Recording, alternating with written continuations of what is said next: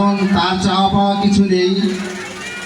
সরকার থেকে যদি 20 টাকা বরাদ্দ আসে, সে আরও 20 টাকা ভরে ওই এলাকার উন্নয়ন করবে। এটা আমাদের মানে স্বপ্ন এবং আমাদের আশা, আমরা দৃঢ়ভাবে বিশ্বাস করি এটা। কমলমতি শিশুদের উদ্দেশ্যে একটা কথা বলতে চাই, তোমরা আশা ছাড়বা না, ঠিক মতো লেখাপড়া করবা। আশা যদি ঠিক থাকে, গন্তব্য যদি ঠিক থাকে, একদিন গন্তব্যে পৌঁছাবা ইনশাল্লাহ। তোমরা সবাই হয়তো মিস্টার বিনকে চিনো। সে কিন্তু অক্সফোর্ড বিশ্ববিদ্যালয়ের ছাত্র ছিল।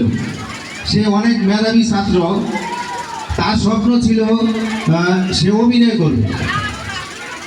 তারপর ওই ইউনিভার্সিটিতে সে অভিনয় করতে গেল, তার মুখ দিয়ে কোনো ডায়লগ মানে কোনো কথা আসছিল না। তখন তার শিক্ষকরা তাকে বাদ দিয়ে দিল। তখন সে এক সপ্তাহ চিন্তা ভাবনা করলো, ব্যাপারটা কি, আমি এত মেধাবী ছাত্র কিন্তু আমি কোনো ডায়লগ বলতে পারি না, কারণটা কি? তারপরে সে চিন্তা ভাবনা করলো, এভাবে হবে না, আমাকে এমন একটা কিছু করতে হবে যেটা দিয়ে আমি ওই সিরিজে ওই নাটকে কোনো ডায়লগ থাকবে না।